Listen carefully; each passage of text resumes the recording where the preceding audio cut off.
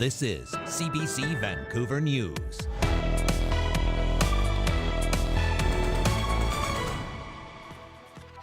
Tragedy in West Vancouver after a man dies while attempting to rescue a dog in a fast-flowing creek. A Nanaimo First Nation is condemning the advancement of a rezoning application on historical land.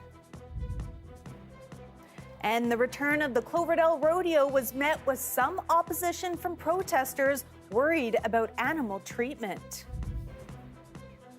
Good evening. Thank you for joining us. I'm Janella Hamilton. We begin in West Vancouver, where a man has died after attempting to rescue a friend's dog from a creek at Cypress Falls Park Friday night.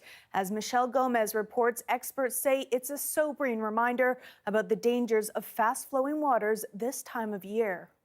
Around 9 o'clock Friday night, a man and his wife were walking a friend's dog when the dog ended up in Cypress Creek and was swept away by the current.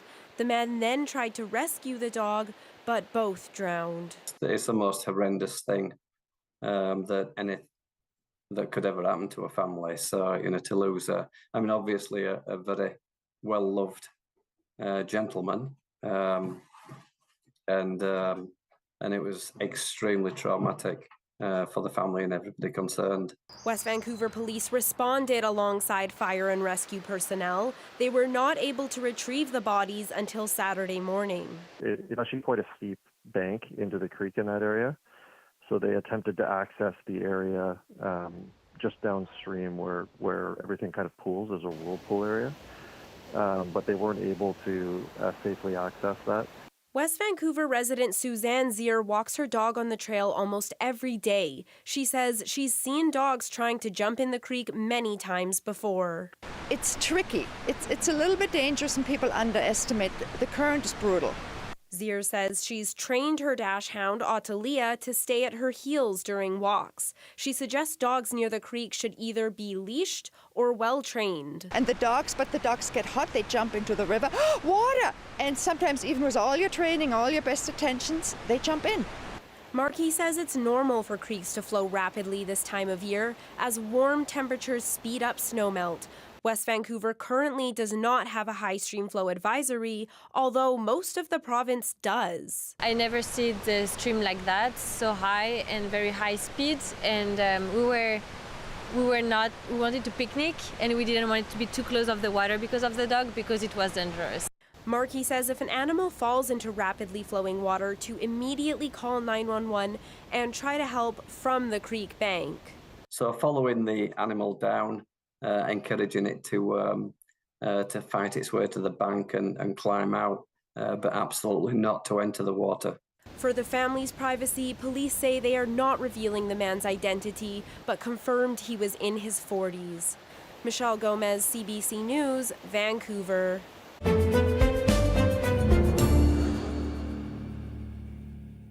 The Nanaimo First Nation in Nanaimo is condemning the advancement of rezoning application on historical land in the downtown area.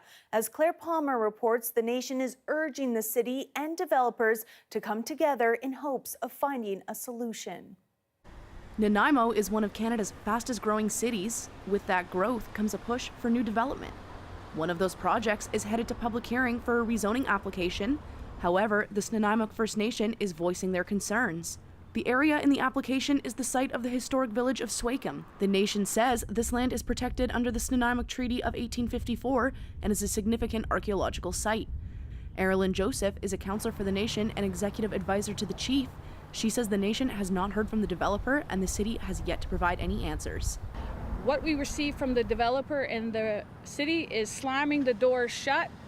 We don't need to recognize you, Nanaimo. We don't need to recognize your ancestors, your spiritual connection. We are going to go forth on a rapid pace.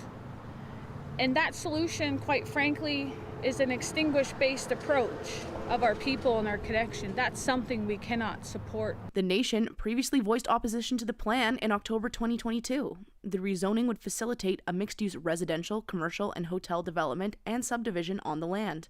The solution looks like moving forward is for the city and the developer to come to the table with reasonable views and perspectives of the Nanaimo people. People who live in the area say they'd like to see something done with this rundown property, but agree the First Nation should be consulted. I think obviously they should be talked to and involved in the process. If it is their a village site at one time, it would be good to have them involved in the conversation. Joseph says that much of the site was destroyed when the Howard Johnson was built in the 1960s. She says the land remains rich in cultural and spirit connection to the Nanaimo people, and any redevelopment without the First Nations input causes harm to the people.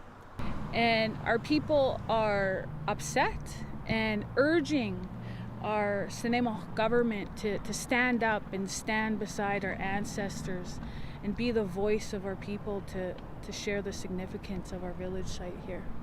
CBC News reached out to the city of Nanaimo. They say they will be addressing the issue next week. Claire Palmer, CBC News, Nanaimo. BC-based coal company Teck Resources is facing legal action in the United States over levels of a contaminant from its mines in a reservoir that crosses the Canada-U.S. border. Teck is one of 3 defendants in a request for a judicial review brought by environmental groups from Montana and Idaho. The groups claim that Montana state authorities illegally struck down a regulation that sets limits for celium in Lake Koocanusa. In court documents, the environmental groups say the U.S. officials went beyond their authority when they rolled back the protections and allege they did so under pressure from Teck. Selenium is a chemical that comes from the company's mines in BC's Elk Valley. It's also toxic to fish in the lake. Teck has previously paid millions of dollars in fines over the selenium issue, though the company says it is now capturing most of all chemicals from its mines. After a 3-year hiatus due to the pandemic, one of BC's most popular country fairs is back. Hundreds of people taking in the excitement of the Cloverdale Rodeo this May-long weekend. But as Sohrab Sandhu reports, this year's event also attracted a group of protesters who say some of the fair's longtime traditions need to change. From fair foods to thrilling rides, music and live shows, the vibrant atmosphere of Cloverdale Rodeo is back in full swing. With more than 40 food trucks and an outdoor entertainment stage, lumberjack competitions and wrestling matches, this year marks a 75-year tradition. New this year, an indigenous village with more than 30 vendors. We're selling the art that we make, so we do this art full time. Everything's made by us. For Ferguson, it's a way to make a living while celebrating her culture and heritage. It's just important for people to know that, we're still trying to keep our traditions alive, which is using as much as we can and just showing an appreciation for Native art. And then there is the rodeo itself, where people can catch action of close to 100 cowboys and cowgirls from around the world, saddling up to compete. There are plenty of ways for people to entertain themselves that do not involve tormenting animals. This year's event was met with opposition from a group of protesters outside the fair, voicing their concerns about using animals for live entertainment. What we're aiming for is for the public to reconsider their decision about whether or not to patronize rodeo events.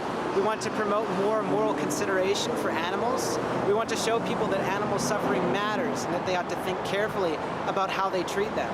Some visitors agreeing.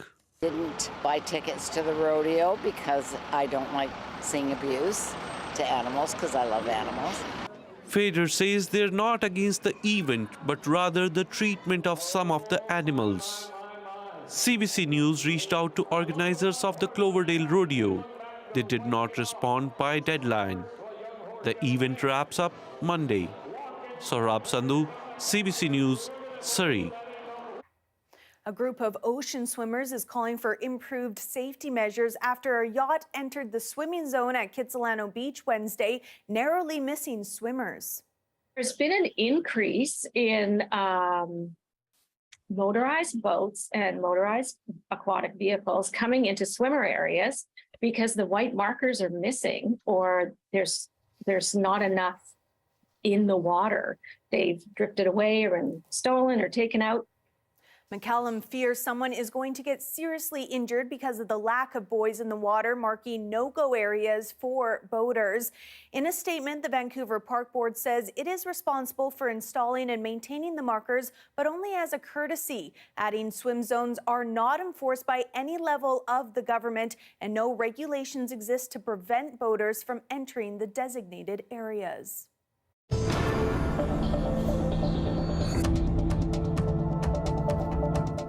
A special weather statement and smoky skies bulletin is in place for the eastern half of the province. It covers the Peace River region in northeast BC, where all 4 wildfires of note are burning out of control. As of this morning, there were 77 active wildfires across the province. Evacuation orders and alerts remain in place for much of the Peace River Regional District, although the BC Wildfire Service says crews made good progress on the fires burning close to the city of Fort St. John, which is still under evacuation alert. While the majority of wildfires so far have been human-caused, lightning remains a huge risk for the start of new fires this weekend. It's already been a busy wildfire season with many BC residents being issued evacuation alerts. But what does that mean exactly? Our Maurice Katz tells us the difference between evacuation alerts and orders and breaks down what you should do in each situation. Wildfire season has started in BC, and if you've seen our news coverage, you may have heard terms like evacuation alert or evacuation order. But what do these terms really mean? An evacuation alert is when folks need to be ready to leave on short notice. If you don't have one already, it's great to have a to-go bag ready to go that can contain medications, identification, if you have pets, food for them, food for yourself, and for an entire list as to what is best to be in those bags, I recommend visiting Preparedness BC, and they have a lot of great resources. An evacuation order is when you are at immediate risk, and we are asking folks to leave the area immediately. But if you're in that situation, what should you do? According to the province, if it's an evacuation alert, they say to move patio furniture, cushions, and doormats indoors, and to take down flammable curtains. They also say to fill large containers like pools, hot tubs, and garbage cans with water to help slow down the fire, and to disconnect automatic garage door openers in case you lose power. But if it's an evacuation order, close your doors and windows and turn on your lights so your home is visible to firefighters in heavy smoke.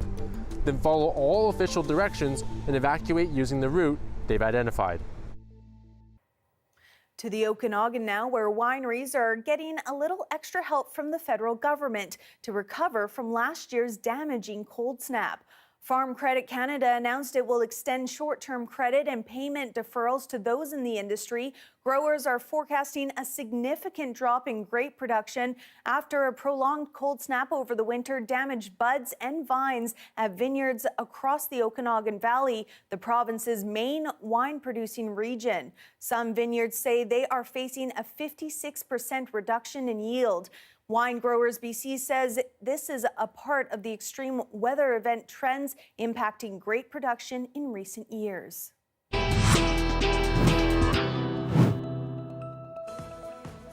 Coming up, we'll take you to the downtown Eastside, where businesses have had to deal with a lot, but a solution seems a long way away.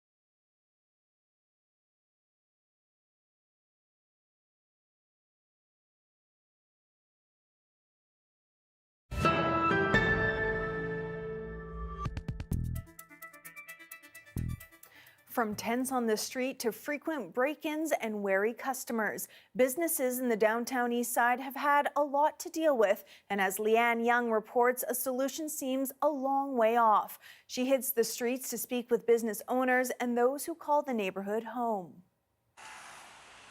I like this lot because I've been here for 8 years and I had never had a break-in too because they have 2 security guards circling it.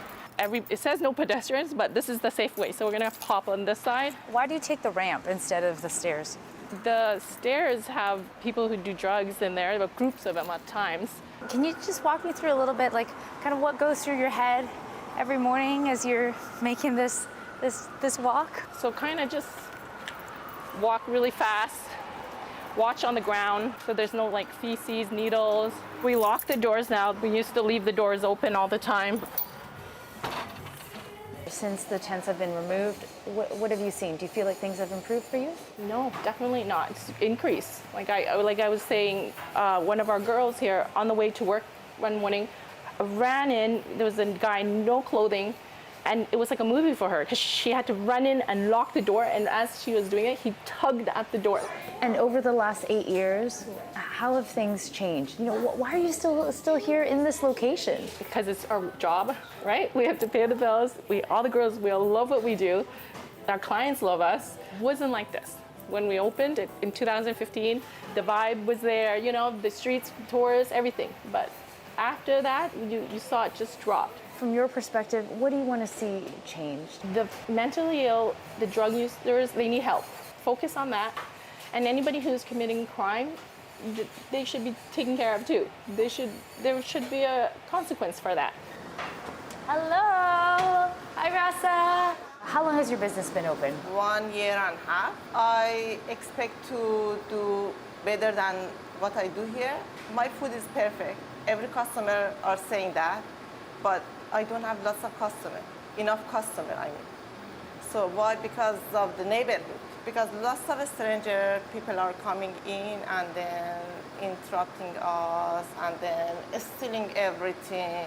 Well, what do you want to say to the government, to policymakers, like about what the situation you're facing? Something. They have to do something. They need help. Some of them are not, are not mentally well. Yes, are not mentally well. This is not their problem. This is our problem, right? This is our problem.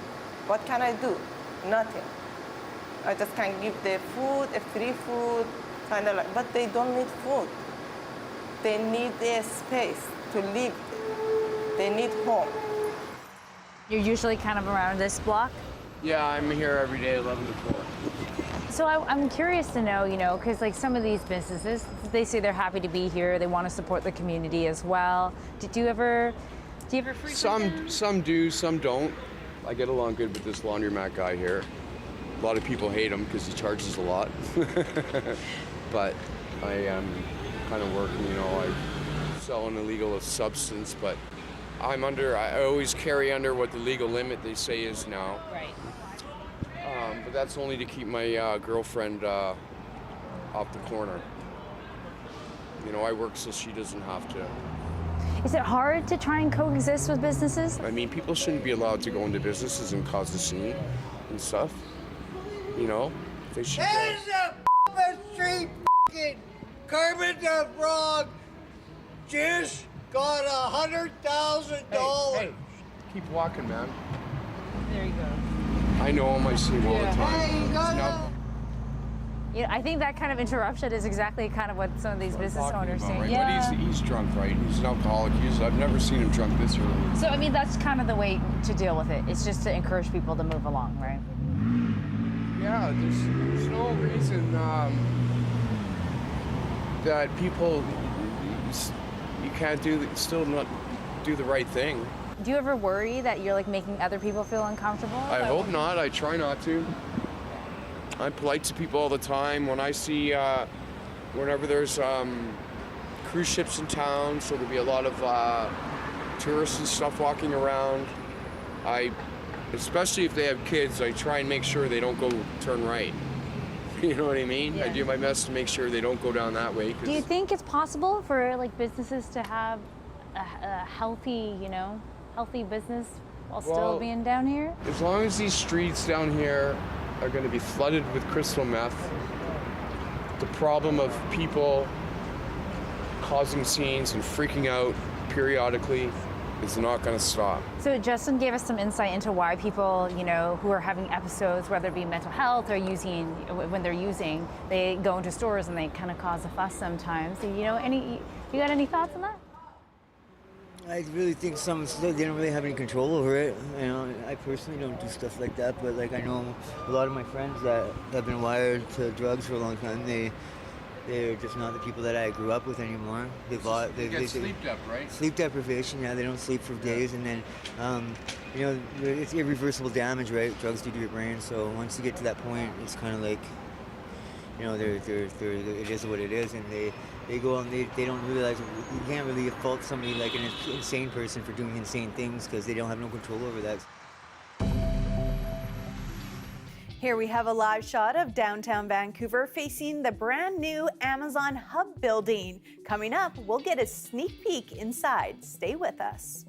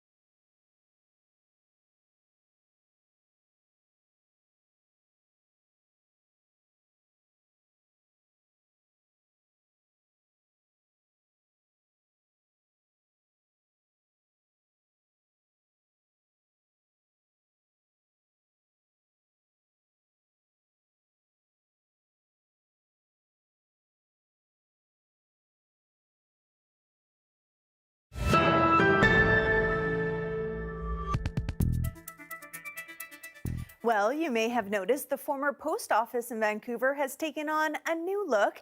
It is now the home to Amazon's new office building, and we got an inside tour.